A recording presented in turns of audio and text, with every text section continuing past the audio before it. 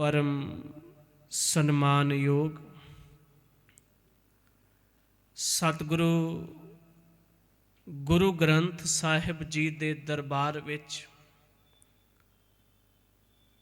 साहिब कमाल धन श्री गुरु गोबिंद सिंह साहिब जी दे पावन प्रकाश पुरब नूं समर्पित एकत्रित होए गुरु प्यारे सतसंगी जनों, आप वडभागे हो। गुरु साहिब जी दे पावन आगमन पुरब नूं समर्पित गुरु गोद विच बैठे हो। आओ कुछ समा सतगुरां दे चरणां विच हाज़र हुंदिआं गुरबाणी गुरमत विचार नाल सांझ पाईए। आप संगत असीस बख्शो और उचारण करो जी। वाहिगुरू जी का खालसा, वाहिगुरू जी की फतेह। धन साहिब श्री गुरु गोबिंद सिंह साहिब जिन्हां दी भारत के इतिहास विच एक वखरी हमेशा तो पहचान रही है ते रहेगी। तवारीख दे लिखारी जदों उस महान दाते बाबत कुछ शब्द लिखते हैं, उन्हां दी शब्दावली बड़ी विलखण ते वखरे ढंग दी है। भावें कुछ उर्दू दे शायर आ ते भावें कुछ ब्रिटिशर फिलोसफर जिन्हां ने कोशिश की है भी कुछ अंश दुनिया के सामने गुरु गोबिंद सिंह साहब की जीवनी चो रखे जान। बहुत घट उम्र विच गुरु साहिब दे पाए पूरने ते सब तो वड्डी गल अपने हक्कां लई संघर्ष करन दी एक पिरत पाउणी। जोगी अल्लाह यार खान ने एक शेर बड़े कमाल का लिखिया। वो कहता है, इस जगत विच वो इंसान कादा जिहदा सच्चे इश्क दे नाल स्नेह ना बने। वो मनुख रब दा कदी ताबेदार नहीं बन सकता जिहड़ा खलकत नाल उहदी बनाई हुई कुदरत नाल प्यार नहीं करता।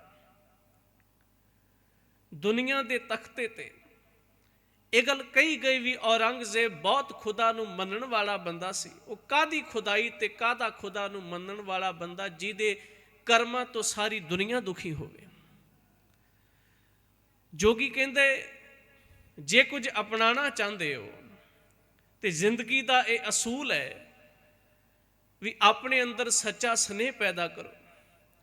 गुरु गोबिंद सिंह साहब बाबत जिहड़े शब्द दुनिया च प्रचलित होए जां गुरु साहब ने आप लिखे, उन्हां च स्नेह का जिक्र है, प्यार का जिक्र है, अपनत का जिक्र है, नफरत तो रहत जिंदगी का जिक्र है।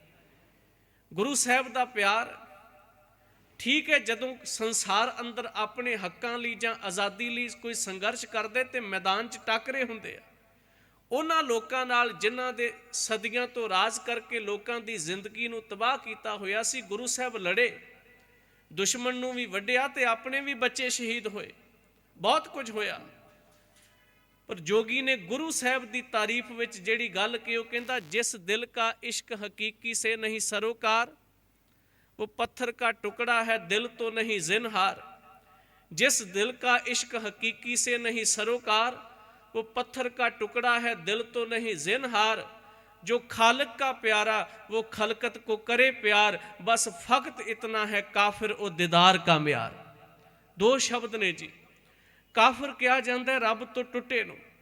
इस्लामी शरह च औरंगजेब की सभा च बैठे हुए लोग बाकी लोगों नूं काफिर शब्द नाल संबोधन करते सन भी जिहड़ा इस्लाम की बात नहीं स्वीकारदा, जिहड़ा साडे धर्म की, साडी फिलोसफी की, साडी बोली की हामी नहीं भरदा, वो काफिर है। ये शब्द आम भी है। बहुत सारे अज दे उलथियां विच भी इस गल का जिक्र हुंदा है भी जिहड़ा उस सभा च नहीं खलोता, भावें सिੱਖੀ किसी नाल नफरत नहीं करती, फिर फिलोसफिकल ढंग नाल बहुतियां दे खिलाफ गुरु नानक साहब की विचारधारा खड़दी है ते खड़दी रहेगी। वो स्पष्ट कहते आ, वो बंदा जिहड़ा खुदा नूं, परमात्मा नूं, वाहिगुरू अल्लाह नूं अपनी जिंदगी च थां नहीं दिंदा ते सिर्फ इस्लाम तो अलावा किसी होर नूं अपनी जिंदगी दे अंदर अपनाउंदा नहीं, वो तां मुसलमान। पर दूसरा जिहड़ा संसार अंदर किसी भी धर्म में सफ़र करता वो काफिर। पर इत्थे जोगी कहंदा है दोनों च यही फर्क है, बस फकत इतना है काफिर ओ दीदार का म्यार। ਕਾਫਿਰ ਜਿਨ੍ਹਾਂ ਨੂੰ ਤੁਸੀਂ ਕਹਿੰਦੇ ਹੋ ਅਸਲ 'ਚ ਉਹ ਖਲਕਤ ਨਾਲ ਸਨੇਹ ਕਰਦੇ ਆ, ਤੇ ਜਿਨ੍ਹਾਂ ਨੂੰ ਤੁਸੀਂ ਰੱਬ ਦੇ ਦਿਦਾਰੇ ਬੰਦੇ ਕਹਿੰਦੇ ਹੋ ਦੁਨੀਆ ਨੂੰ ਤਪਾਈ ਬੈਠੇ ਆ। ਇਹ ਰੂਪ ਰੇਖਾ ਵੇਖੋ। ਜਿਹੜਾ ਬੰਦੇ ਨੂੰ ਕਾਫਰ ਕਹਿੰਦੇ ਹੋ ਉਹ ਲੋਕਾਂ ਦੀਆਂ ਜ਼ਿੰਦਗੀਆਂ ਦੇ ਨਾਲ ਸੋਹਣਾਪਨ ਪੈਦਾ ਕਰਦਾ ਹੈ, ਤੇ ਜਿਹੜੇ ਕਹਿੰਦੇ ਹੋ ਦਿਦਾਰ ਵਾਲੇ ਆ, ਅਸੀਂ ਤਾਂ ਖੁਦਾ ਦੇ ਬੰਦੇ ਆ, 5 ਵਕਤ ਦੇ ਨਵਾਜ਼ੀ ਆ, ਦੂਸਰੇ ਕਹਿੰਦੇ ਸਵੇਰੇ ਉੱਠ ਤੇ ਸ਼ਾਮ ਤੱਕ ਅਸੀਂ ਮੰਦਰਾਂ 'ਚ ਟੱਲ ਖੜਕਾਉਂਦੇ ਆ। ਜੋਗੀ ਕਹਿੰਦਾ ਉਹ ਬੰਦਾ ਕਾਹਦਾ ਜਿਹਦਾ ਸੱਚੇ ਨਾਲ ਸਨੀ ਨਹੀਂ ਬਣਿਆ, ਭਾਵੇਂ ਧਰਮ ਦਾ ਝੰਡਾ ਜਿੰਨਾ ਮਰਜ਼ੀ ਕੋਈ ਚੁੱਕੀ ਫਿਰੇ। ਇਹ ਗੱਲ ਸਾਫ਼ ਤਵਾਰੀਖ ਨੇ ਸਾਡੇ ਸਾਹਮਣੇ ਰੱਖੀ ਹੈ। ਉਹ ਕਹਿੰਦਾ ਬਸ ਫਕਤ ਇਤਨਾ ਹੈ ਕਾਫिर ओ दीदार का म्यार, सिखी भी सिखाती है फना जात में हो जा। सिखी ये गल कहती है अपने आप ਨੂੰ ਮਿਟਾ ਦੇ, ਮਿਟਾਉਣਾ ਹੀ ਗੁਰਮਤ ਹੈ। ਜਿਨ੍ਹਾਂ 5 ਪਿਆਰਿਆਂ ਨੂੰ ਗੁਰੂ ਸਾਹਿਬ ਨੇ ਪਹਿਲੀ ਵਾਰ ਆਵਾਜ਼ ਮਾਰੀ ਹੈ ਉਹ ਆਪਣਾ ਆਪਾ ਮਿਟਾ ਕੇ ਬੈਠੇ ਆ। ਆਪ ਗੁਰੂ ਦਰਬਾਰ ਵਿੱਚ ਬੈਠੇ ਹੋ। ਸਿਰਜਣਾ ਉਦਣ ਹੀ ਹੋਣੀ ਹੈ ਜਿੱਦਣ ਸਾਡਾ ਅਹੰਕਾਰ ਇੱਕ ਪਾਸੇ ਹੋ ਜਾਏਗਾ ਤੇ ਅਸੀਂ ਸਮਰਪਿਤ ਹੋ ਕੇ ਗੱਲ ਕਵਾਂਗੇ ਸੱਚੇ ਪਾਤਸ਼ਾਹ ਤੇਰੀ ਸਿਰਜਣਾ ਤੋਂ ਅਸੀਂ ਆਪਣਾ ਆਪਾ ਸਭ ਕੁਝ ਕੁਰਬਾਨ ਕਰਨ ਲਈ ਤਿਆਰ ਬਰ ਤਿਆਰ ਬੈਠੇ ਹਾਂ। ਇਹੀ ਤਾਂ ਸਿੱਖੀ ਹੈ। ਤੇ ਇਸ ਸਿੱਖੀ ਨੂੰ ਗੁਰੂ ਨਾਨਕ ਸਾਹਿਬ ਦੇ ਘਰ ਦੇ ਵਿਹੜੇ ਨੇ ਸਵੀਕਾਰਨਾ। ਧੰਨ ਗੁਰੂ ਗੋਬਿੰਦ ਸਿੰਘ ਸਾਹਿਬ ਸੱਚੇ ਪਾਤਸ਼ਾਹ जिस रूप च खलोते एक बेनती जरूर करनी चाहना, असी गुरु दरबार च झुकते हैं, फना होना है। जोगी दे शब्द आ कि ये सिखी भी सिखाती है फना जात में हो जा, पैरों गुरु नानक का हर एक बात में हो जा। पैरों का अर्थ है नक्शे कदम ते तुरन। गुरु नानक साहब दे नक्शे कदम ते हर वक्त तुरन का तू जतन कर। ये तेरी जिंदगी का रूप भी है, इस तो बिना सरना भी कुछ नहीं। ਤੇ ਵੇਖੋ ਜਿਸ ਗੁਰੂ ਗ੍ਰੰਥ ਸਾਹਿਬ ਜੀ ਦੀ ਹਜ਼ੂਰੀ 'ਚ ਬੈਠੇ ਹੋ, ਗੁਰੂ ਸਾਹਿਬ ਜੀ ਨੇ ਚਰਨ ਧੂੜ ਦਾ ਬਹੁਤ ਵਾਰੀ ਖੁੱਲ੍ਹ ਕੇ ਜ਼ਿਕਰ ਕੀਤਾ। ਚਰਨ ਧੂੜ ਦਾ ਅਸਲ 'ਚ ਅਰਥ ਹੀ, ਚਲੋ ਸਾਡੇ ਵਾਲਿਆਂ ਨੇ ਤੇ ਕਹਿਤਾ ਵੀ ਆ ਜਿਹੜੀ ਜੋੜਿਆਂ 'ਚ ਧੂੜੀ ਪਈ ਹੈ ਵਾਹਿਗੁਰੂ ਉਹ ਮਿੱਟੀ ਹੈ, ਉਹ ਬਾਹਰੋਂ ਲੱਗ ਕੇ ਆਈ ਤੇ ਝਾੜ ਦਿੱਤੀ ਗਈ। ਗੁਰੂ ਗ੍ਰੰਥ ਸਾਹਿਬ ਦੀ ਹਜ਼ੂਰੀ 'ਚ ਜਿਸ ਚਰਨ ਧੂੜ ਦਾ ਜ਼ਿਕਰ ਕੀਤਾ ਉਹ ਗੁਰੂ ਦੀ ਸਿੱਖਿਆ ਨੂੰ ਮੱਤ 'ਚ ਅਪਣਾਉਣ ਦੀ ਗੱਲ ਹੈ। ਸਿੱਖ ਮਿੱਟੀ ਨੂੰ ਪੂਜਣ ਵਾਲਾ ਨਹੀਂ। हाँ कोई जोड़े साफ करके किसी दी सेवा कर दे मुबारक है, निम्रता चाह के, पर एदा अर्थ ये नहीं भी कोई बंदा निम्रता चाह के कर्म कांडी बन जाए। साडे बहुते बंदे वाहिगुरू जोड़ियां दियां उन्हां मिट्टी दी पुड़ी बना के घर ले जांदे आ, ते कई तां गिलास च पानी घोल के भी पी लैंदे आ भी शायद ये बड़ी कृपा वाली है। नहीं, मिट्टी अंदर जाएगी उन्हें जिस्म का नुकसान करना है। जिहड़ी असल चरण धूड़ी है उहदे वाल बंदिया कदम तुरन का जतन कर, वो पक्ष समझ। हुण देखो मात गुजरी गुरु गोबिंद सिंह साहब दे माता जी आ, पहला नाम गुजरी सी, बाद विच इतिहास ने गुजर कौर लिखे। जदों दरबार सजदा है वेखो समर्पित होना, अपने आप ਨੂੰ ਫਨਾਹ ਕਰਨਾ, ਝੁਕਣਾ, ਇਹ ਵਿਸ਼ਾ ਕਿਦਾਂ ਦਾ ਹੈ। ਗੁਰੂ ਗੋਬਿੰਦ ਸਿੰਘ ਸਾਹਿਬ ਦੇ ਮਾਤਾ ਨੇ, ਮਾਤਾ ਗੁਰਜਰੀ ਜੀ, ਉਹ ਆਪਣੇ ਬੱਚੇ ਨੂੰ ਨਾ ਜਨਮ ਦਿੱਤਾ ਹੈ ਸਤਕਾਰ ਸਹਿਤ, ਤੇ ਪਤੀ ਤਾਂ ਪਹਿਲਾਂ ਹੀ ਸ਼ਹੀਦ ਹੋ ਗਏ, ਪਾਲਿਆ ਵੀ ਆਪ ਹੈ। ਪਰ ਆਨੰਦਗੜ੍ਹ ਦੇ ਕਿਲੇ 'ਚ ਗੁਰੂ ਗੋਬਿੰਦ ਸਿੰਘ ਸਾਹਿਬ ਤਖਤ ਤੇ ਬੈਠੇ ਆ ਤੇ ਮਾਤਾ गुजर कौर जी कतार च खलोते ने। वेखण वाले हैरान आ, वेखो सिक्खी कित्थे खलोती है। हर बंदा हंकार दा झंडा चुकी बैठा है। जिन्ना चिर तक साडा हंकार मलिया मेट नहीं हुंदा उन्ना चिर तक धर्म दा कुछ भी पक्ष सिख नहीं सकते, जिन्ना मर्जी असी जोर ला ली। हर बंदा ईरखा लैके क्रोध लैके बैठा, आपस च लड़दे आ, झगड़दे आ। झगड़ा मिटाउणा गुरु नानक साहब दे वेड़े दी सब तो मुख रूप धारा है। माता जी कतार च खलोते आ, धन गुरु गोबिंद सिंह साहब तखत ते बैठे आ। जिवें संगत मत्था टेकदी है, माता गुजर कौर जी ने भी गुरु गोबिंद सिंह साहब नूं उसे ढंग नाल नमस्कार कीता है। ते बड़ी कमाल दी गल है। गुरु गोबिंद सिंह साहब बाद चाहे उदों तां संगत सी, बाद च आके क्या माता जी तुसीं तां सानू जन्म देण वाले हो, तुहाडा सत्कार करना साडा फर्ज बनदा है। जदों तक इस तखत ते नहीं सी बैठे उदों तक असीं तुहाडे पैर धोंदे सी, ਤੁਹਾਡੇ ਚਰਨੀ ਹੱਥ ਲਾਉਂਦੇ ਸੀ। ਉੱਥੇ ਮਾਤਾ ਜੀ ਨੇ ਕਿਹਾ, ਬੱਚਿਆ ਮੈਂ ਪੁੱਤਰ ਸਮਝ ਕੇ ਤੈਨੂੰ ਨਮਸਕਾਰ ਨਹੀਂ ਕੀਤਾ, ਮੇਰਾ ਸੀਸ ਤੇ ਗੁਰੂ ਨਾਨਕ ਦੀ ਜੋਤ ਅੱਗੇ ਝੁਕਿਆ, ਮੈਂ ਗੁਰੂ ਨਾਨਕ ਸਾਹਿਬ ਨੂੰ ਨਮਸਕਾਰ ਕੀਤਾ। ਅਸਲ 'ਚ ਸਮਰਪਣ ਹੀ ਸਿੱਖੀ ਦੀ ਮੁੱਖ ਧਾਰਾ ਹੈ। ਗੁਰੂ ਸਾਹਿਬ ਜੀ ਨੇ ਬਾਣੀ 'ਚ ਇਸ ਗੱਲ ਨੂੰ ਬੜੇ ਖੁੱਲ੍ਹ ਰੂਪ 'ਚ ਸਾਡੇ ਸਾਹਮਣੇ ਬਿਆਨ ਕੀਤਾ। ਸਤਿਗੁਰੂ ਗੁਰੂ ਅੰਗਦ ਸਾਹਿਬ ਨੇ ਕਿਹਾ, ਉਹ ਨੌਕਰ ਕਾਹਦਾ ਜਿਹੜਾ ਆਪਣੇ ਮਾਲਕ ਤੇ ਸਵਾਲ ਖੜਾ ਕਰੇ, ਉਹ ਨੌਕਰ ਕਾਹਦਾ ਜਿਹੜਾ ਆਪਣੇ ਮਾਲਕ ਤੇ 100 ਕਿੰਤੂ ਪਰੰਤੂ ਕਰੇ, ਉਹ ਨੌਕਰ ਕਾਹਦਾ ਜਿਹੜਾ ਆਪਣੇ ਮਾਲਕ ਦੀ ਕਹੀ ਗੱਲ ਨੂੰ ਪਾਸੇ ਕਰਕੇ ਹੋਰ ਗੱਲ ਨੂੰ ਆਪਣੀ ਜ਼ਿੰਦਗੀ 'ਚ ਸਵੀਕਾਰ ਲੇ। ਜਿੱਥੇ ਚਾਕਰੀ ਹੈ ਉੱਥੇ ਜੀ ਹਜ਼ੂਰੀ ਵੀ ਚਾਹੀਦੀ ਹੈ, ਜੇ ਚਾਕਰੀ ਨਹੀਂ ਤੇ ਸੱਚ ਹੈ ਇਨਸਾਨੀ ਜ਼ਿੰਦਗੀ ਅੰਦਰ ਜੇ ਮਾਲਕ ਦੀ ਗੱਲ ਨਹੀਂ ਕੋਈ ਸੁਣਦਾ ਤੇ ਚਾਕਰ ਵੀ ਨਹੀਂ ਬਣਿਆ ਜਾ ਸਕਦਾ। ਭਾਵੇਂ ਠੀਕ ਹੈ ਵੀ ਹਰ ਬੰਦਾ ਆਜ਼ਾਦ ਹੈ ਆਪਣੀ ਸੋਚ ਪ੍ਰਤੀ, ਪਰ ਬਾਣੀ ਦਾ ਬਚਨ ਹੈ, ਚਾਕਰ ਲੱਗੇ ਚਾਕਰੀ ਨਾਲੇ ਗਰਵਾਦ, ਗੱਲਾਂ ਕਰੇ ਕਨੇਰੀਆਂ, ਖਸਮ ਨਾ ਪਾਏ ਸਾਧ, ਆਪ ਗਵਾਏ ਸੇਵਾ ਕਰੇ ਤਾਂ ਕਿਛ ਪਾਏ ਮਾਨ, ਨਾਨਕ ਜਿਸ ਨੂੰ ਲੱਗਾ ਤਿਸ ਮਿਲੇ ਲੱਗਾ ਸੋ ਪਰਵਾਨ। ਸਾਂਝ ਉੱਥੇ ਬਣਨੀ ਹੈ ਜਿੱਥੇ ਸਮਰਪਣ ਹੋਏਗਾ। ਗੁਰੂ ਗੋਬਿੰਦ ਸਿੰਘ ਸਾਹਿਬ ਸੱਚੇ ਪਾਤਸ਼ਾਹ ਜੀ ਦੇ ਜੀਵਨ ਵਿੱਚੋਂ ਇੱਕ ਘਟਨਾ ਕਹਿ ਕੇ ਮੈਂ ਸਮਾਪਤੀ ਵੱਲ ਆਉਣਾ, ਸਮਾਂ ਬਹੁਤਾ ਨਹੀਂ। ਧੰਨ ਗੁਰੂ ਗੋਬਿੰਦ ਸਿੰਘ ਸਾਹਿਬ ਸੱਚੇ ਪਾਤਸ਼ਾਹ ਦਮਦਮਾ ਸਾਹਿਬ ਤੋਂ ਜਦੋਂ ਨਿਕਲਦੇ ਆ ਤੇ ਨਾਂਦੇੜ ਵੱਲ ਨੂੰ ਜਾਂਦੇ ਆ, ਇੱਕ ਰੋਸ਼ਨਪੁਰ ਨਾਂ ਦਾ ਪਿੰਡ ਹੈ, ਉੱਥੇ ਗੁਰੂ ਸਾਹਿਬ ਰਾਤ ਟਿਕਾਣਾ ਕਰਦੇ ਆ। ਤੇ ਜਿਹੜੀ ਸਿੱਖੀ ਦੀ ਕਰਾਮਾਤ ਹੈ ਥੋੜੀ ਜਿਹੀ ਇਹਨੂੰ ਜ਼ਰੂਰੀ ਹੈ ਵੇਖਣਾ। ਬਾਣੀ ਨੇ ਇੱਕ ਬਚਨ ਕਿਹਾ, ਅਸੀਂ ਆਸ ਰੱਖਦੇ ਹਾਂ ਵੀ ਕੋਈ ਕਰਾਮਾਤ ਸਾਡੀ ਜ਼ਿੰਦਗੀ 'ਚ ਵਾਪਰ ਜਾਏ।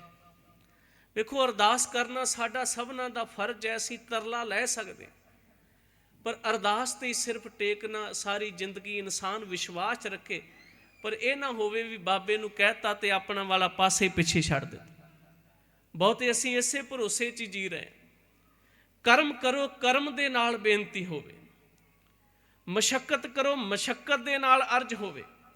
ਸੱਚ ਹੈ ਵਕਤ ਆਏਗਾ ਤੁਹਾਡੀ ਅਰਦਾਸ ਤੇ ਤੁਹਾਡੀ ਮਿਹਨਤ ਜਿੱਦਣ ਇਕੱਠੀ ਹੋਗੀ ਤੁਸੀਂ ਬੁਲੰਦੀਆਂ ਵੱਲ ਨੂੰ ਪਹੁੰਚ ਜਾਓਗੇ। ਤਾਂ ਹੀ ਤਾਂ ਇਹ ਸ਼ਬਦ ਕਿਹਾ ਵੀ ਰਹਿਮਤ ਦਾ ਤੇ ਮਿਹਨਤ ਦਾ ਇਕੱਠਾ ਹੋਣਾ ਬਹੁਤ ਜ਼ਰੂਰੀ ਹੈ। ਜੇ ਇਹ ਚੀਜ਼ਾਂ ਦੋਨੋਂ ਇਕੱਠੀਆਂ ਨਹੀਂ ਹੁੰਦੀਆਂ ਫਿਰ ਇਨਸਾਨ ਅਧੂਰਾ ਹੈ।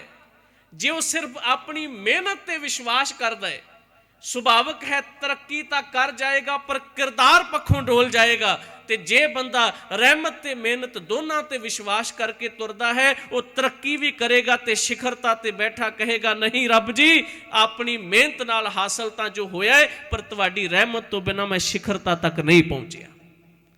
ਦੋਨੋਂ ਚੀਜ਼ਾਂ ਜ਼ਰੂਰੀ ਹੈ। ਗੁਰੂ ਗੋਬਿੰਦ ਸਿੰਘ ਸਾਹਿਬ ਬੈਠੇ ਆ ਤੇ ਨਾਲ ਬਹਾਦਰ ਸ਼ਾਹ ਵੀ ਹੈ। ਚਲੋ ਬਾਅਦ 'ਚ ਸਾਰੇ ਬੰਦੇ ਦਗਾਬਾਜ਼ ਹੋਏ ਆਏ, ਬਹਾਦਰ ਸ਼ਾਹ ਨੇ ਵੀ ਦਗਾਬਾਜ਼ੀ ਕੀਤੀ, ਪਹਾੜੀ ਰਾਜੇ ਵੀ।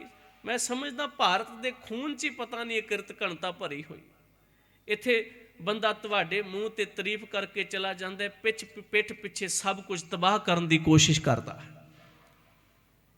ਤੇ ਉੱਪਰੋਂ ਧਰਮੀ ਵੀ ਹੈ, ਮੂੰਹ ਤੇ ਕਹਿੰਦਾ ਵੀ ਮੈਂ ਤਾਂ ਤੁਹਾਡਾ ਭਲਾ ਚਾਹੁੰਦਾ ਹਾਂ।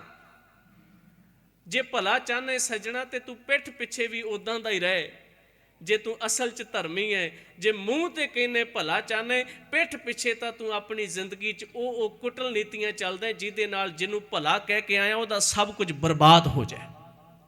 ਸਮਾਜਵਾਦ ਦਾ ਰੂਪ ਇਹ ਨਹੀਂ ਹੈ ਵੀ ਅਸੀਂ ਜ਼ੁਬਾਨ ਤੋਂ ਕੁਝ ਕਹੀਏ ਤੇ ਸਾਡੇ ਕਰਮ ਕਿਸੇ ਹੋਰ ਪ੍ਰਕਾਰ ਦੇ ਹੋਣ। ਨਹੀਂ, ਕੋਸ਼ਿਸ਼ ਕਰੋ ਜੇ ਸਰਬੱਤ ਦੇ ਭਲੇ ਦੀ ਬੇਨਤੀ ਕਰਦੇ ਹੋ ਤੇ ਸਾਡੀ ਜੀਵਨੀ ਵਿੱਚੋਂ, ਸਾਡੇ ਕਰਮ ਵਿੱਚੋਂ। ਮੈਨੂੰ ਕੱਲ ਇੱਕ ਬਜ਼ੁਰਗ ਨੇ ਬੜੀ ਕਮਾਲ ਦੀ ਗੱਲ ਦੱਸੀ। ਮੈਂ ਪ੍ਰੋਗਰਾਮ ਤੇ ਗਿਆ ਸੀ ਪਰਸੋਂ, ਅੰਤਿਮ ਅਰਦਾਸ ਦਾ ਸਮਾਗਮ, ਨੌਜਵਾਨ ਬੱਚੇ ਦੀ ਮੌਤ ਹੋਈ। ਉਹਨਾਂ ਦਾ ਗਵਾਂਢੀ ਦੱਸਦਾ, ਕਹਿੰਦਾ ਇਹ 2 ਭਰਾ ਸਨ, ਇੱਕ ਦੇ 2 ਬੱਚੇ ਸਨ ਤੇ ਇੱਕ ਦਾ 1 ਬੱਚਾ। ਜਿਹੜਾ ਦੂਸਰਾ 2 ਬੱਚਿਆਂ ਵਾਲਾ ਬਾਪੂ ਸੀ, ਉਹਦੇ ਮਨ 'ਚ ਲਾਲਚ ਆ ਗਿਆ ਵੀ ਜੇ ਇਹਦਾ ਪੁੱਤਰ ਚੜ੍ਹਾਈ ਕਰ ਜਾਏ ਜਾਂ ਖਤਮ ਹੋ ਜਾਏ, ਇਹਦੇ ਵਾਲੀ 18 ਕਿੱਲੇ ਵੀ ਮੈਨੂੰ ਮਿਲ ਜਾਏਗੀ। ਲਾਲਚੀ ਹੋ ਗਿਆ। ਉਹ ਕਹਿੰਦੇ ਨੇ ਦਾਵਾ ਨਹੀਂ, ਪਰ ਉਸ ਬੱਚੇ ਨੂੰ ਉਹਨਾਂ ਨੇ ਕਿਸੇ ਨਾ ਕਿਸੇ ਤਰੀਕੇ ਨਾਲ ਮਾਰ ਦਿੱਤਾ ਜਿਹਦਾ ਕੱਲਾ ਸੀ। ਧੀ ਉਹਦੀ ਹੈ ਕੋਈ ਨਹੀਂ, 18 ਕਿੱਲੇ ਉਹ ਕਹਿੰਦੇ ਸਨ ਸਾਨੂੰ ਮਿਲ ਜਾਏ। ਕੁਦਰਤ ਦਾ ਇਨਸਾਫ ਵੇਖੋ, ਜਿਹੜਾ ਆਪਣੇ ਦੋਨਾਂ ਬੱਚਿਆਂ ਲਈ 18 ਕਿੱਲੇ ਭਾਲਦਾ ਸੀ, ਅੱਜ ਉਹਦੇ ਦੋਨੋਂ ਇਸ ਦੁਨੀਆ 'ਚ ਨਹੀਂ ਹੈਗੇ। ਇਹਦਾ ਅਰਥ ਹੈ ਜੇ ਅਸੀਂ ਈਰਖਾਲੂ ਹਾਂ, ਕਿਸੇ ਦੂਸਰੇ ਦਾ ਉਜਾੜ ਕੇ ਆਪਣਾ ਬਣਾਉਣਾ ਚਾਹੁੰਦੇ ਹਾਂ, ਕਿਸੇ ਦੂਸਰੇ ਨੂੰ ਬਰਬਾਦ ਕਰਨਾ ਚਾਹੁੰਦੇ ਹਾਂ, ਇਹ ਖਿਆਲ ਕੱਢ ਦੋ ਵੀ ਕੁਦਰਤ ਸਾਡੇ ਨਾਲ ਨਾ ਇਨਸਾਫੀ ਕਰਕੇ ਸਾਨੂੰ ਬਚਾ ਗਏਗੀ। ਨੇਚਰ, ਰੱਬ ਦਾ ਨਿਯਮ ਕਦੀ ਨਹੀਂ ਛੱਡਦਾ। ਇੱਕ ਪਾਸਾ ਜੇ ਤੁਸੀਂ ਦੂਸਰੇ ਦਾ ਤਬਾਹ ਕਰੋਗੇ, ਤੁਹਾਡਾ ਦੂਸਰਾ ਪਾਸਾ ਆ ਜਾਣਾ। ਇਸ ਕਰਕੇ ਬਾਬਾ ਜੀ ਨੇ ਬਾਣੀ 'ਚ ਕਿਹਾ ਕਰਮ ਪ੍ਰਧਾਨ ਸਿਸਟਮ ਨੂੰ ਆਪਣੀ ਜ਼ਿੰਦਗੀ 'ਚ ਸਮਝੋ। ਕਿਸੇ ਦਾ ਬੁਰਾ ਕਰਕੇ ਠੀਕ ਹੈ, ਬੰਦਾ ਪੁਲਿਸ ਤੋਂ ਬਚ ਜਾਏਗਾ, ਉਸ ਦੀ ਨਿਗਾਹ ਤੋਂ ਬਚ ਜਾਏਗਾ, ਪਰ ਕੁਦਰਤ ਨਹੀਂ। ਜਿਹੜੇ ਬੰਦੇ ਲੋਕਾਂ ਦਾ ਉਜਾੜਾ ਕਰਕੇ ਘਰ ਬਹਿੰਦੇ ਆ, ਰਾਤਾਂ ਨੂੰ ਨੀਂਦਾਂ ਨਹੀਂ ਆਉਂਦੀਆਂ। ਧੰਨ ਗੁਰੂ ਗੋਬਿੰਦ ਸਿੰਘ ਸਾਹਿਬ ਸੱਚੇ ਪਾਤਸ਼ਾਹ ਇਸੇ ਕਰਕੇ ਬਹਾਦਰ ਸ਼ਾਹ ਨੂੰ ਉੱਥੇ ਬੈਠੇ ਨੂੰ ਕਹਿੰਦੇ ਸਨ, ਬਹਾਦਰ ਸ਼ਾਹ ਤੇਰੀ ਇਮਦਾਦ ਕੀਤੀ ਹੈ, ਤਖਤ ਤੇ ਤੂੰ ਬੈਠੇ, ਵੇਖੀ ਜੇ ਬੰਦਾ ਰੱਬ ਦਾ ਇਨਸਾਫ ਪਸੰਦ ਹੋਏਗਾ ਤੇ ਕਦੀ ਕਿਸੇ ਨਾਲ ਦਗੇਬਾਜ਼ੀ ਨਾ ਕਰੇ। ਚਲੋ ਕਰ ਗਿਆ। ਬਾਦਸ਼ਾਹ ਫਰਖਸ਼ੀਰ ਪਹਾੜੀ ਰਾਜੇ ਪਤਾ ਨਹੀਂ ਕਿੰਨੇ ਲੋਕ ਸਨ ਜਿਨ੍ਹਾਂ ਦੀ ਖਾਤਰ ਗੁਰੂ ਤੇਗ ਬਹਾਦਰ ਸਾਹਿਬ ਆਪਣਾ ਸਭ ਕੁਝ ਕੁਰਬਾਨ ਕਰਦੇ ਆ। ਬਦਕਿਸਮਤੀ ਹੈ ਮੇਰੇ ਹਿੰਦੁਸਤਾਨ ਦੇ ਇਤਿਹਾਸ ਦੀ, ਜਿੱਥੇ ਅਸੀਂ ਵਸਦੇ ਹਾਂ, ਜਿਨ੍ਹਾਂ ਨੇ ਗੁਰੂ ਤੇਗ ਬਹਾਦਰ ਸਾਹਿਬ ਨੂੰ ਤਾਂ ਉਮਰ ਨਤਮਸਤਕ ਹੋਣਾ ਸੀ, ਉਹਨਾਂ ਬੰਦਿਆਂ ਨੇ ਰਾਤ ਸੀਸਗੰਜ ਸਾਹਿਬ ਤੋਂ ਰੋਟੀ ਖਾ ਕੇ ਤੇ ਸਵੇਰੇ ਉਸੇ ਗੁਰਦੁਆਰੇ ਨੂੰ ਅੱਗ ਲਾਉਣ ਦੀ ਕੋਸ਼ਿਸ਼ ਕੀਤੀ। ਇਤੋਂ ਵੱਡੀ ਦਗਾਬਾਜ਼ੀ ਕੀ ਹੋਏਗੀ? ਇਹ ਰੂਪ ਧੰਨ ਗੁਰੂ ਗੋਬਿੰਦ ਸਿੰਘ ਸਾਹਿਬ ਸੱਚੇ ਪਾਤਸ਼ਾਹ, ਉਹਨਾਂ ਕੋਲੇ ਖਬਰ ਪਹੁੰਚੀ ਹੈ। ਉਹ ਖਬਰ ਸੀ ਵੀ ਇਲਾਕੇ 'ਚ ਇੱਕ ਸ਼ੇਰ ਬੜਾ ਤੰਗ ਕਰਦਾ ਤੇ ਆਦਮਖੋਰ ਹੈ। ਗੁਰੂ ਸਾਹਿਬ ਤੁਸੀਂ ਆਏ ਹੋ, ਤੁਹਾਡੇ ਕੋਲ ਫੌਜ ਹੈ, ਸਿੱਖ ਵੀ ਨੇ, ਇੱਕ ਕਿਰਪਾ ਕਰੋ ਇਸ ਇਲਾਕੇ ਨੂੰ ਉਸ ਸ਼ੇਰ ਤੋਂ ਨਿਜਾਤ ਦਿਲਵਾਓ।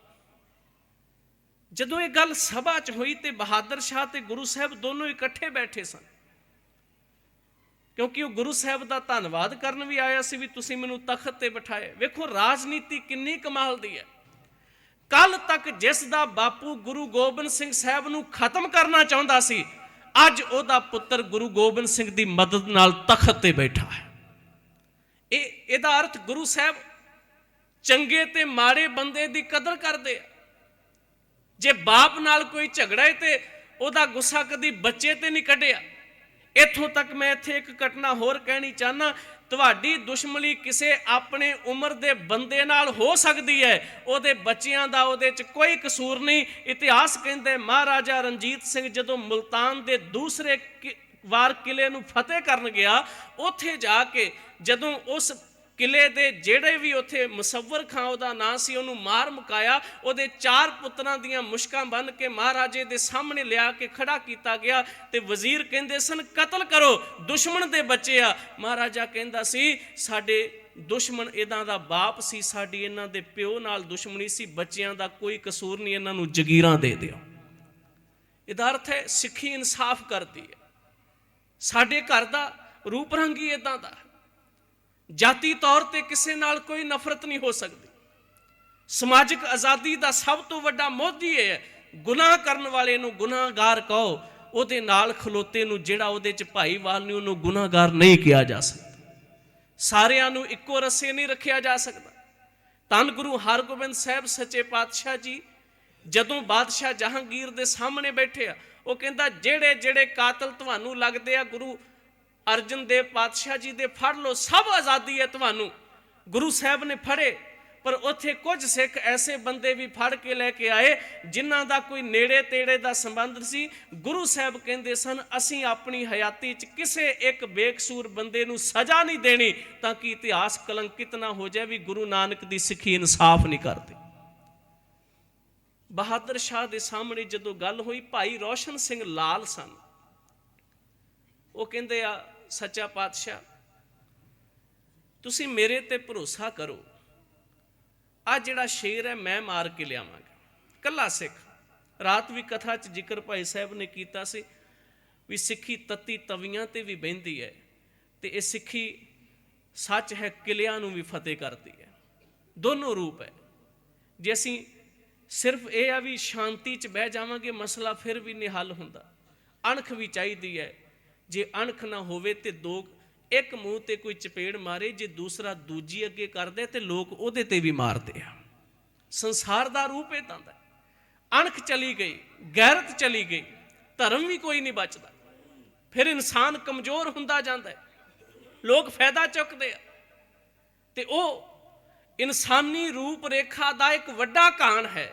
ਇਸ ਕਰਕੇ ਹੱਕਾਂ ਲਈ ਖਲੋਣਾ, ਅੱਜ ਜਿਹੜੇ ਖਲੋਤੇ ਉਹਨਾਂ ਦਾ ਜ਼ਿਕਰ ਅਸੀਂ ਕਰਦੇ ਹਾਂ, ਪਰ ਇਹ ਗੱਲ ਪੱਕੀ ਹੈ, ਜੇ ਤੁਸੀਂ ਕਿਸੇ ਨੀਤੀ ਦੇ ਖਿਲਾਫ ਖਲੋਣਾ ਨਹੀਂ ਸ਼ੁਰੂ ਕਰਦੇ, ਹੌਲੀ ਹੌਲੀ ਇੰਨਾ ਕੁ ਉਹ ਨੀਤੀਆਂ ਹਾਵੀ ਹੋ ਜਾਂਦੀਆਂ ਨੇ, ਫਿਰ ਤੁਹਾਡੀ ਜ਼ਿੰਦਗੀ ਬਰਬਾਦ ਕਰਕੇ ਰੱਖ ਦਿੰਦੀਆਂ। 800 ਸਾਲ ਮੁਗਲੀਆ ਸਲਤਨਤ ਦਾ ਰਾਜ ਰਿਹਾ।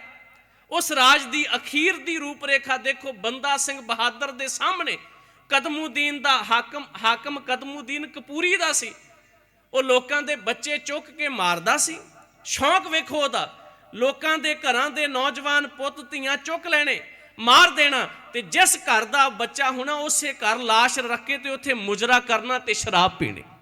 ਇਹ ਹੈਸੀਅਤ ਉਦੋਂ ਪੈਦਾ ਹੁੰਦੀ ਹੈ ਜਦੋਂ ਭੈੜੇ ਲੋਕਾਂ ਦਾ ਵਿਰੋਧ ਹੋਣਾ ਦੁਨੀਆ 'ਚ ਸ਼ੁਰੂ ਮੁੱਕ ਜਾਂਦਾ ਹੈ। ਜਿੰਨਾ ਚਿਰ ਤੱਕ ਅਸੀਂ ਆਜ਼ਾਦੀ ਦੇ ਅਲੰਬਰਦਾਰ ਬਣਨਾ ਚਾਹੁੰਦੇ ਹਾਂ, ਨੀਤੀਆਂ ਤੇ ਆਧਾਰਿਤ ਬੰਦਾ ਗੱਲ ਕਰੇ ਤੇ ਹਮੇਸ਼ਾ ਇਸ ਗੱਲ ਦਾ ਖਿਆਲ ਆਪਣੀ ਜ਼ਿੰਦਗੀ 'ਚ ਰੱਖੇ, ਮੈਂ ਭੈੜੇ ਪੱਖ ਦਾ ਹਮੇਸ਼ਾ ਵਿਰੋਧੀ ਰਹਿਣਾ, ਭਾਵੇਂ ਉਹ ਮੇਰੇ ਘਰ ਦਾ ਆਪਣਾ ਭਰਾ ਹੀ ਕਿਉਂ ਨਾ ਹੋਵੇ, ਭਾਵੇਂ ਮੇਰਾ ਪੁੱਤਰ ਹੀ ਕਿਉਂ ਨਾ ਹੋ, ਭਾਵੇਂ ਉਹਦੇ ਨਾਲ ਮੇਰੇ ਖੂਨ ਦਾ ਹੀ ਸੰਬੰਧ ਕਿਉਂ। ਬੱਚਾ ਜੇ ਗਲਤ ਹੈ ਤੇ ਉਹਨੂੰ ਡਾਂਟੋ, ਉਹਦੀ ਗਲਤੀ ਤੇ ਪਰਦਾ ਨਹੀਂ ਪਾਈਦਾ, ਕਿਉਂਕਿ ਇੱਕ ਪਰਦਾ ਪਾਓਗੇ, ਦੋ ਪਾਓਗੇ, ਇੱਕ ਦਿਨ ਇੰਨਾ ਵੱਡਾ ਕਲੰਕ ਲਾ ਦੇਗਾ। ਕਈ ਪਿਓਵਾਂ ਨੇ, ਕਈ ਮਾਵਾਂ ਨੇ ਆਪਣੇ ਬੱਚਿਆਂ ਦੇ ਕਲੰਕ ਨੂੰ ਆਪਣੀ ਜ਼ਿੰਦਗੀ 'ਚ ਇੰਨਾ ਗਹਿਰਾ ਲੈ ਲਿਆ, ਉਹ ਸੁਸਾਈਡ ਕਰਕੇ ਦੁਨੀਆ 'ਚ। ਗਲਤੀ ਉਦੋਂ ਹੁੰਦੀ ਹੈ ਜਦੋਂ ਪਹਿਲੇ ਦਿਨ ਕਿਸੇ ਗਲਤ ਗੱਲ ਤੇ ਅਸੀਂ ਪਰਦਾ ਪਾ ਕੇ ਤੇ ਅਗਾਂਹ ਕੱਢ ਦਿੰਦੇ ਹਾਂ। ਇਹ ਬੜੇ ਲੰਮੇ ਸਮੇਂ ਦੀ ਸਿਰਜਣਾ ਹੈ। ਬਹਾਦਰ ਸ਼ਾਹ ਇਸ ਗੱਲ ਨੂੰ ਦੇਖਦੇ ਕਹਿੰਦਾ, ਰੋਸ਼ਨ ਸਿੰਘ ਤੂੰ ਕਿੱਦਾਂ ਇਕੱਲਾ ਸ਼ੇਰ ਨੂੰ ਮਾਰ ਲਿਆਏਗਾ, ਮੇਰੀ ਫੌਜ ਤੋਂ ਤਾਂ ਕੁਛ ਹੋਇਆ ਨਹੀਂ। ਗੁਰੂ ਸਾਹਿਬ ਕਹਿੰਦੇ ਆ ਮੇਰੀ ਸ੍ਰੀ ਸਾਹਿਬ ਹੈ, ਤੂੰ ਲੈ ਕੇ ਜਾ। ਰੋਸ਼ਨ ਸਿੰਘ ਕਹਿੰਦਾ, ਸੱਚਾ ਪਾਤਸ਼ਾਹ ਨਹੀਂ, ਜੇ ਮੈਂ ਤੁਹਾਡੀ ਸ਼੍ਰੀ ਸਾਹਿਬ ਲੈ ਗਿਆ ਤੇ ਬਹਾਦਰ ਸ਼ਾਹ ਨੇ ਕਹਿਣਾ ਇਹ ਤਾਂ ਕਿਤੇ ਕਿਰਪਾਨ 'ਚ ਕੋਈ ਤਾਕਤ ਹੈ, ਤਾਂ ਗੱਲ ਬਣ ਗਈ। ਉਹਦੇ ਹੱਥ 'ਚ ਮੋਟਾ ਕੁਤਕਾ ਸੀ, ਬੇਸਬਾਲ ਕਹਿ ਲਓ। ਉਹ ਸੋਟਾ ਲੈ ਕੇ ਗਿਆ, 3-4 ਦਿਨ ਫਿਰਦਾ ਰਿਹਾ ਜੰਗਲ 'ਚ, ਲੱਭ ਕੇ ਸ਼ੇਰ ਨੂੰ ਮਾਰ ਕੇ ਤੇ ਆਪਣੇ ਮੋਢੇ ਤੇ ਲੱਦ ਕੇ ਲਿਆ। ਜ਼ਖਮੀ ਸੀ, ਲਿਆ ਕੇ ਜਦੋਂ ਗੁਰੂ ਗੋਬਿੰਦ ਸਿੰਘ ਸਾਹਿਬ ਦੇ ਕਦਮਾਂ 'ਚ ਉਹਨੇ ਸਿੱਟਿਆ। ਬਹਾਦਰ ਸ਼ਾਹ ਬੈਠਾ ਸੀ, ਕਹਿੰਦਾ ਇਹ ਤੁਹਾਡੀ ਕੋਈ ਕਰਾਮਾਤ ਹੈ? ਗੁਰੂ ਸਾਹਿਬ ਕਹਿੰਦੇ ਨੇ, ਕਰਾਮਾਤ ਨਹੀਂ, ਇਹ ਸਿੱਖੀ ਦਾ ਅਭਿਆਸ ਹੈ, ਇਹ ਸਾਡੀ ਮਿਹਨਤ ਹੈ, ਅਸੀਂ ਇਹਨੂੰ ਅਭਿਆਸ ਕਰਦੇ ਹਾਂ। ਜਿੱਦਣ ਵਜ਼ੀਰ ਖਾਂ ਦੇ ਮੰਜੇ ਦੇ ਪਾਵੇ 'ਚ ਤੀਰ ਮਾਰਿਆ ਗੁਰੂ ਗੋਬਿੰਦ ਸਿੰਘ ਨੇ, ਉਦਣ ਵੀ ਇੱਕੋ ਗੱਲ ਕਿਹਾ ਸੀ, ਵਜ਼ੀਰ ਖਾਂ ਤੂੰ ਸਮਝਦਾ ਹੋਏਗਾ ਵੀ ਤੇਰੇ ਸਿਰ ਤੋਂ, ਤੇਰੀ ਛਾਤੀ ਤੋਂ ਜਾਂ ਤੇਰੇ ਕੰਨ ਤੋਂ ਵੀ ਤੀਰ ਪਾਰ ਹੋ ਸਕਦਾ ਸੀ, ਅਸੀਂ ਨਹੀਂ ਕਰਦੇ। ਬੈਠੇ ਹੋਏ ਦੁਸ਼ਮਣ ਤੇ, ਭੱਜੇ ਜਾਂਦੇ ਦੁਸ਼ਮਣ ਤੇ ਕਦੀ ਵਾਰ ਨਹੀਂ ਕਰਦੇ, ਅਸੀਂ ਹਮੇਸ਼ਾ ਡਟ ਕੇ ਸਾਹਮਣੇ ਮੁਕਾਬਲਾ ਕਰਦੇ ਹਾਂ। ਪਰ ਇਸ ਤੀਰ ਨੂੰ ਪਾਵੇ 'ਚ ਵੱਜਣਾ ਕਰਾਮਾਤ ਨਾ ਸਮਝੀ, ਇਹ ਸਾਡੀ ਸਿੱਖੀ ਦਾ ਅਭਿਆਸ ਹੈ ਤੇ ਸਿੱਖੀ ਇਸੇ ਤੇ ਖਲੋਤੀ ਹੈ। ਗੁਰੂ ਸਾਹਿਬ ਕਿਰਪਾ ਕਰਨ, ਸਮਾਂ ਮੇਰਾ ਸਮਾਪਤ ਹੈ, ਅਸੀਂ ਅਭਿਆਸੀ ਬਣੀਏ। ਕਰਾਮਾਤ ਉਦੋਂ ਹੁੰਦੀ ਹੈ ਜਦੋਂ ਬੰਦਾ ਅਭਿਆਸ ਕਰਦਾ ਹੈ, ਪ੍ਰੈਕਟਿਸ ਬਹੁਤ ਜ਼ਰੂਰੀ। ਕਰਾਮਾਤ ਨਾਲ ਤੁਸੀਂ ਬਾਣੀ ਪੜ੍ਹੋਗੇ, ਹੌਲੀ ਹੌਲੀ ਤਬਦੀਲੀ ਆਏਗੀ। ਇੱਕ ਦਿਨ ਨਹੀਂ ਵੀ ਅੱਜ ਅਸੀਂ ਕਹੀਏ ਵੀ ਕੋਈ ਬੰਦਾ ਸਿਰ ਤੇ ਹੱਥ ਰੱਖ ਕੇ ਕਹਦੇ ਸਾਰੇ ਪਾਪ ਚਲੇ ਗਏ, ਨਹੀਂ, ਹੌਲੀ ਹੌਲੀ ਪਾਪਾਂ ਨੂੰ ਘੱਟ ਕਰਨਾ ਪੈਂਦਾ ਹੈ। ਹੌਲੀ ਹੌਲੀ ਬੰਦੇ ਦੇ ਅੰਦਰ ਖਿਆਲਾਤ ਤਬਦੀਲ ਹੁੰਦੇ ਆ, ਸੋਚ ਬਦਲਦੀ ਆ, ਕਈ ਸਾਲ ਲੱਗਦੇ ਆ। ਇੱਕ ਝੂਠ ਨੂੰ ਛੱਡਣ ਲੱਗਿਆਂ ਕਈ ਸਾਲਾਂ ਬੱਧੀ ਸਮਾਂ ਲੱਗਦਾ ਹੈ। ਪਰ ਸਾਡੀ ਮਾਨਸਿਕਤਾ ਥੋੜੀ ਜਿਹੀ ਇਦਾਂ ਦੀ ਹੈ, ਅਸੀਂ ਕਹਿੰਦੇ ਹਾਂ ਕੋਈ ਆਵੇ ਸਿਰ ਤੇ ਹੱਥ ਰੱਖੇ ਸਾਰੇ ਕੰਮ ਨਿਬੜ ਜੇ। ਨਹੀਂ, ਸਿੱਖੀ ਅਭਿਆਸ ਦਾ ਨਾਮ ਹੈ। ਜਿਵੇਂ ਜਿਵੇਂ ਅਭਿਆਸ ਕਰਦੇ ਜਾਵਾਂਗੇ ਉਵੇਂ ਉਵੇਂ ਸਾਡੇ ਅੰਦਰ ਜਾਗਰਤੀ ਪੈਦਾ ਹੁੰਦੀ ਜਾਏਗੀ। ਬਾਣੀ ਪੜ੍ਹੀਏ, ਵਿਚਾਰ ਕਰੀਏ, ਸੱਚੇ ਪਾਤਸ਼ਾਹ ਸਾਡੇ ਸਭਨਾਂ ਤੇ ਕਿਰਪਾ ਕਰਨ। ਬੇਨਤੀ ਹੈ ਵੀ 11:15 ਹੋ ਚੁੱਕੇ ਆ, ਅਜੇ ਅੱਧੇ ਪਜੱਦੇ ਅਸੀਂ ਪਹੁੰਚੇ ਹਾਂ। ਥੱਲੇ ਬਹੁਤ ਸੰਗਤ ਹੈ, ਬੇਨਤੀ ਹੈ ਉਹਨਾਂ ਨੂੰ ਕਿਰਪਾ ਕਰਕੇ ਆਪ ਉੱਪਰ ਦੀਵਾਨ 'ਚ ਪਹੁੰਚੋ। ਲੰਗਰ ਵੀ ਸ਼ੁਰੂ ਹੋ ਜਾਣਾ ਹੈ, ਸੋ ਆਪ ਸਾਰੀ ਸੰਗਤ ਨੂੰ ਗੁਰੂ ਸਾਹਿਬ ਦੇ ਪਾਵਨ ਪ੍ਰਕਾਸ਼ ਪੁਰਬ ਦੀਆਂ ਬਹੁਤ ਬਹੁਤ ਵਧਾਈਆਂ। ਵਡਭਾਗੇ ਹੋ ਤੁਸੀਂ, ਬਹੁਤ ਤਸ਼ੱਦਦ ਨਾਲ, ਮਿਹਨਤ ਨਾਲ ਸੁਣਦੇ ਹੋ। ਤੇ ਸਭ ਤੋਂ ਵੱਡੀ ਗੱਲ ਹੈ, ਇਸ ਇਲਾਕੇ ਦੀ ਸੰਗਤ ਨੂੰ ਮੈਂ ਕਹਿਣਾ ਚਾਹੁੰਦਾ ਵੀ ਤੁਸੀਂ ਖੁੱਲ੍ਹ ਦਿਲੀ ਦਿੰਦੇ ਹੋ। मैं बहुत ਥਾਵਾਂ ਤੇ ਬਾਹਰ ਕਥਾ ਕਰਨ ਗਿਆ, ਅਗਲੇ ਪਹਿਲੇ ਦਿਨ ਹੀ ਕਹਿ ਦਿੰਦੇ ਆ ਵੀ ਭਾਈ ਆਹ ਨਹੀਂ ਬੋਲਣਾ ਤੇ ਆਹ ਨਹੀਂ ਬੋਲਣਾ, ਕਿਉਂਕਿ ਡਰ ਪਿਆ ਹੈ ਅਗਲਿਆਂ ਨੇ ਰਾਜਨੀਤਿਕ ਸਰੋਪੇ ਵੀ ਲੈਣੇ ਹੁੰਦੇ ਆ। ਆਹ ਇਲਾਕਾ ਸਾਡਾ, ਬੜੀ ਰਹਿਮਤ ਹੈ ਇਸ ਇਲਾਕੇ ਤੇ, ਖੁੱਲ੍ਹ ਹੈ, ਗੁਰੂ ਦੀ ਗੱਲ ਸੁਣਨ ਵਾਲੇ ਵੀ ਸੁਣਦੇ ਆ ਤੇ ਕਰਨ ਵਾਲੇ ਕਰਦੇ ਵੀ ਆ। ਤੇ ਜੇ ਇੱਦਾਂ ਹੀ ਆਜ਼ਾਦੀ ਨਾਲ ਅਸੀਂ ਚੱਲਦੇ ਰਹੇ, ਗੁਰੂ ਸਾਹਿਬ ਦੀ ਕਿਰਪਾ ਬਖਸ਼ਿਸ਼ ਦੇ ਪਾਤਰ ਹਮੇਸ਼ਾ ਬਣਦੇ ਰਵਾਂਗੇ। ਸਾਰੀ ਸੰਗਤ ਦਾ ਬਹੁਤ ਬਹੁਤ ਧੰਨਵਾਦ ਹੈ। ਆਓ ਅਤੀ ਸਤਿਕਾਰਯੋਗ ਵੀਰ ਪ੍ਰਿਤਪਾਲ ਸਿੰਘ ਅਗਲਾ ਪ੍ਰੋਗਰਾਮ ਆਪ ਜੀ ਦੇ ਸਨਮੁਖ ਰੱਖਣਗੇ। ਤਿੰਨਾਂ ਪਾਸੋਂ ਆਪ ਬੜੇ ਪਿਆਰ ਸਤਿਕਾਰ ਨਾਲ ਸ਼ਰਵਣ ਕਰੋ ਜੀ। ਵਾਹਿਗੁਰੂ ਜੀ ਕਾ ਖਾਲਸਾ, ਵਾਹਿਗੁਰੂ ਜੀ।